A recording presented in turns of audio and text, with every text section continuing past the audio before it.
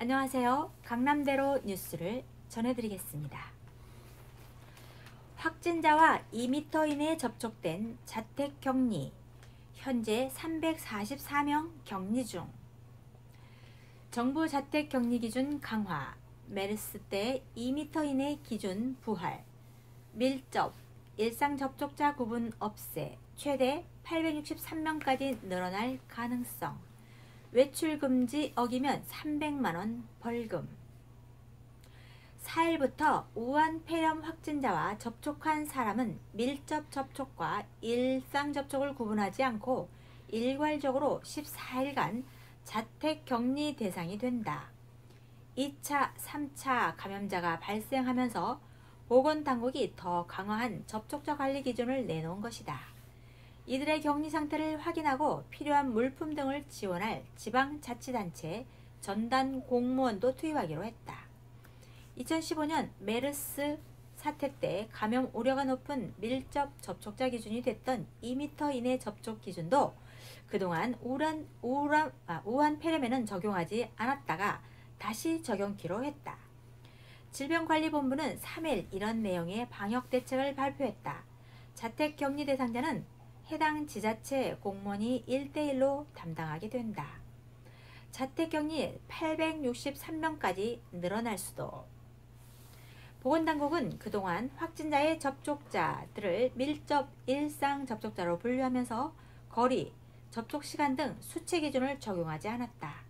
지난 2일 브리핑에서도 숫자를 정해놓으면 현장 조사관들이 기계적으로 적용한다고 했다. 그러나 3일엔 증상이 나타나기 시작한 확진 환자와 2m 이내의 접촉이 이루어진 사람 등은 접촉자로 분류될 수 있다고 말을 바꿨다. 2m 이내 접촉 여부는 질본이 메르스 사태 때 밀접 접촉자를 판단하는 기준이었다. 3일 오전 기준 1번에서 15번 확진자와 접촉한 863명 가운데 밀접 접촉자로 분류된 434명만 자택격리 대상이었고 일상 접촉자로 분류된 429명은 격리 대상이 아니었다. 그러나 질본은 앞으로 기존 일상 접촉자에 대해서도 2m 이내 기준을 적용 자택격리 여부를 다시 검토하기로 했다. 그렇게 되면 자택격리 대상자가 최대 429명 늘어나게 된다. 자택격리 대상자 확대는 국내에서 2차, 3차 감염자가 5명, 6번, 9번, 10번, 11번, 14번 확진자로 늘어나고 세계보건기구 WHO와 중국, 독일 당국이 무증상 전파 가능성이 있다고 발표했기 때문이다. 그러나 갑자기 기준이 바뀌면서 심판 잣대가 바뀌고 방역망에 허점이 생길 수 있다는 우려도 나온다. 1대1 마크 한다지만 자택격리 급증에 관리 허술해질 우려. 질본은 앞으로 자택격리자들을 1대1로 전담하게 될 공무원이 격리자들의 외출 여부, 증상 유무를 감시할 뿐만 아니라 생활 지원 등의 업무도 맡도록 한다는 방침이다.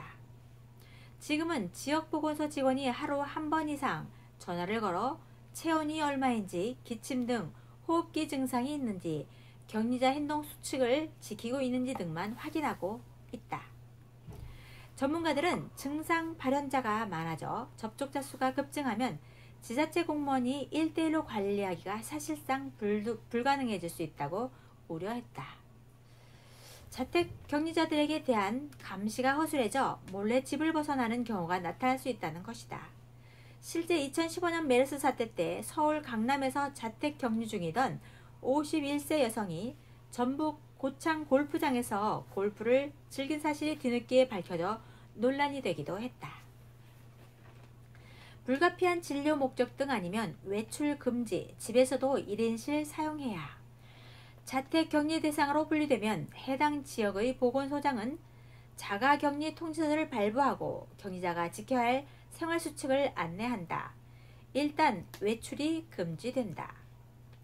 암 환자의 항암 치료 등 불가피한 진료 목적의 외출만 허용된다.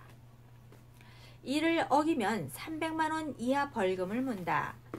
집에서도 식구들한테서 격리해야 한다. 가족과 대화나 접촉이 불가피하다면 서로 마스크를 쓰고 2m 이상 거리를 두라고 한다.